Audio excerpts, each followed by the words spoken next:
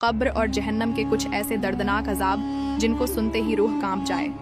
گنہگار اور کافر لوگوں کی قبروں کو سانپوں اور بچھوؤں سے بھر دیا جاتا ہے۔ اس کے ساتھ ہی ان لوگوں کی قبروں کے اندر آگ بھڑکائی جاتی ہے، لیکن وہ آگ صرف مرنے والا دیکھتا ہے اور صرف وہی محسوس کرتا ہے۔ حتیٰ کہ نبی صلی اللہ علیہ وسلم کا فرمان ہے کہ انسانوں اور جنوں کے علاوہ عذاب قبر کی آوازیں تمام مخلوق سنتی ہے۔ اسی طرح جہنم کے اندر اللہ پاک نے گنہگار لوگوں کے لیے گرمی اور سردی کا عذاب تیار کر رکھا ہے۔ جہنمی شخص کو آگ کا لباس پہنایا جائے گا۔ جہنمی لوگوں کو جہنم کے اندر کانٹے خون اور پیپ کھانے اور پینے کے لیے دیے جائیں گے۔ پھر ان لوگوں کے سامنے ایسی ڈراؤنی شکلوں والے فرشتے لائے جائیں گے جن کو دنیا میں اگر کوئی دیکھ لے تو فوراً مر جائے۔ اللہ تعالیٰ سے دعا ہے کہ قبر اور جہنم سے ہماری حفاظت فرمائے، آمین۔ شیطان رات کے وقت آپ کے ہاتھوں کی انگلیاں کیوں چاٹتا ہے؟ رسول صلی اللہ علیہ وسلم نے ارشاد فرمایا کہ شیطان موت تاڑنے والا اور چاٹنے والا ہے، اس سے خود کو بچایا کرو۔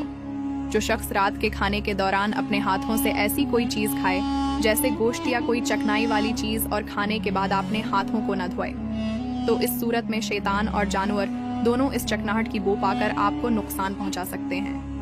ایسا کون سا جانور ہے جس کو پالنے سے نیکیاں کم ہو جاتی ہیں؟ حضرت محمد صلی اللہ علیہ وسلم کا فرمان ہے کہ جو شخص بھی کتا پالے گا تو روزانہ اس شخص کی نیکیوں میں سے 1 قیراط نیکیاں کم کر دی جائیں گی، اور مسلم شریف کی حدیث کے مطابق 1 قیراط کی نیکیاں احد پہاڑ کے برابر ہوتی ہیں۔ لیکن 2 شخص ایسے ہیں جن کو اسلام میں کتا پالنے کی اجازت ہے۔ نمبر 1 پر وہ شخص جو کھیتی باڑی کرتا ہو اور اپنی کھیتی کی حفاظت کے لیے وہ کتا رکھ سکتا ہے، اور نمبر 2 وہ شخص جو شکار کرتا ہو۔ اب بات کرتے ہیں کہ وہ کون سے صحابی ہیں جنہوں نے اپنی 12 بیٹیوں کو زندہ دفن کیا۔ حضرت قیس بن عاصم رضی اللہ عنہ وہ صحابی ہیں جنہوں نے اسلام قبول کرنے سے پہلے حالت کفر کے اندر اپنی 12 بیٹیوں کو زندہ درگور کیا، مگر اسلام قبول کرنے کے بعد انہیں اس حرکت پر بڑا صدمہ ہوا کہ میں نے اپنے ہاتھوں سے اپنی 12 بیٹیوں کو موت کے گھاٹ اتار دیا۔ اس کے بعد حضرت قیس نے توبہ کر لی۔ ناظرین، اب بات کرتے ہیں کہ نبی صلی اللہ علیہ وسلم نے روتے ہوئے بچے کو مارنے سے کیوں منع فرمایا۔ ہمارے نبی صلی اللہ علیہ وسلم کا فرمان ہے کہ بچوں کو رونے پر نہ مارو، اس لیے کہ پیدائش کے پہلے 4 ماہ تک جب بچہ روتا ہے تو وہ لا الہ الا اللہ کی گواہی دیتا ہے۔